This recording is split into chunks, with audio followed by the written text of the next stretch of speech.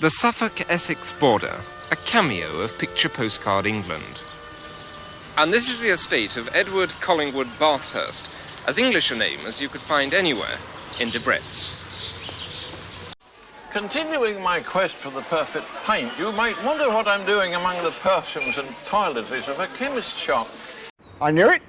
It's those damn foreigners again. Why can't they change? Why can't we keep the 30-mile-an-hour limit and spend the 2 million quid sending missionaries over there armed with bathroom scales and tape measures to convert the heathen?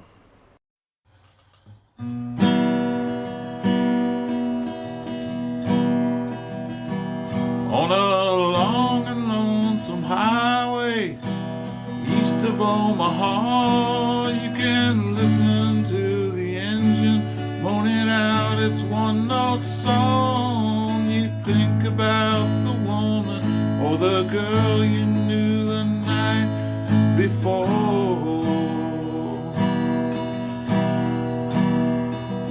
but your thoughts will soon be wandering the way they always do when you're riding 16 hours and there's nothing much to do and you don't feel much like riding. You just wish the trip was through.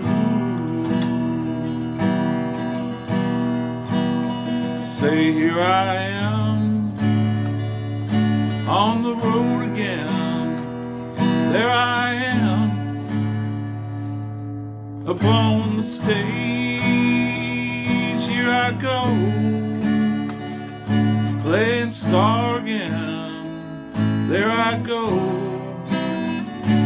turn the page. Well, you walk into a restaurant strung out from the road, and you feel the eyes upon you as you're shaking off the cold. Pretend it doesn't bother you, but you just want to explode. Most times you can't hear them talk, other times you can. All the same old cliches. Is that a woman or a man? You always seem outnumbered. You don't dare to make a stand. Say, here I am on the road again. There I am up on the stage. Here I go, playing star again. There I go, turn the page.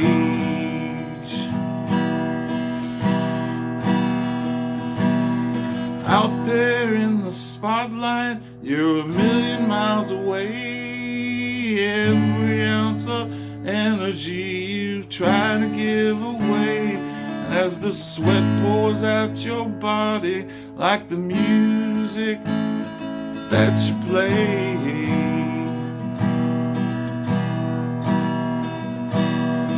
Later in the evening, as you lie awake in bed, with the echoes from the amplifiers ringing in your head, you smoke the day's last cigarette, remembering what she said.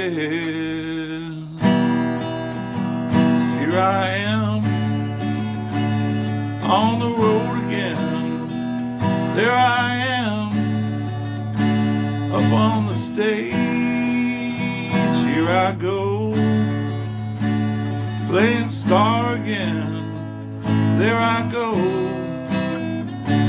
turn the page. Here I am on the road again. There I am up on the stage. Here I go, playing star again. There I go, turn the page.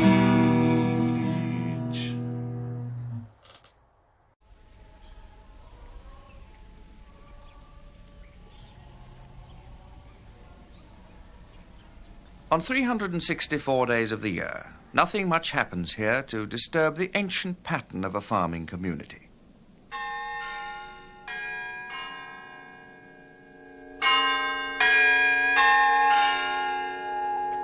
Tell me, I mentioned in the introduction there that you have this extraordinary working itinerary, 52 weeks a year, and you've been doing it for a long time. Why? Why do you work so hard? Well, I don't work. You don't work? No, I have fun. Really? Yeah, I don't. Well, that's what you do when you do what you know, the thing you like. Yeah. You know, you like to cut out paper dolls, why, the more paper dolls you cut out, why, the better chance for a higher average. As he left the court, McCartney, who'd been given 2 weeks to pay the fine, said, "The judge is a great guy." First news of one of the missing Daleks was received here at East Dulwich Police Station shortly after 8 o'clock on Thursday night, just 3 hours after our dramatic Blue Peter SOS. As with so many things, they don't make London buses like they used to. For the technically minded, it's an AEC Regent 1, and it's been around quite a while. Altogether, 191 of these buses were built, and this one started carrying passengers in 1930. In those days, it was operated by Thomas Tilling, a private bus company. It was a very advanced bus for its day. It had pneumatic tyres instead of solid rubber ones. The upper deck had a covered roof for the passengers. The driver also had a proper cab. And the engine was a very sophisticated 6-cylinder petrol-driven.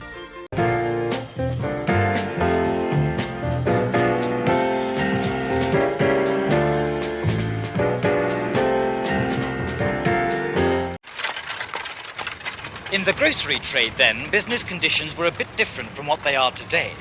Wages were stationary, but prices were falling. If your favourite hat, you know, the one you wore to Uncle Jack's funeral, our Sandy's wedding and Adam's christening, is one of those big brim affairs with oodles of net, perhaps some flowers and a bow trailing down the back, well, chuck it out, because it's out of date. At least that's what the experts here are saying. Personally, I say, if the hat fits, wear it, and good luck to you. What you should, of course, be wearing is something like this. An ocelot cloche, right down on the head, like that. The cloche, 1973 style. Or if that's... It's a completely unique car, and if you'd like some clue as to who it belongs to, listen to this.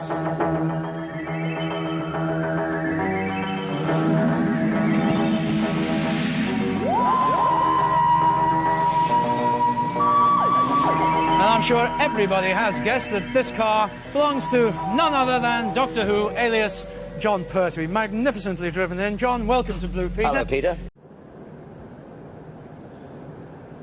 Len Smith is a world champion, and like any international sportsman, he's dedicated to training. Right now, Len's got something on his mind. An important event will soon take place. He's preparing for another championship final.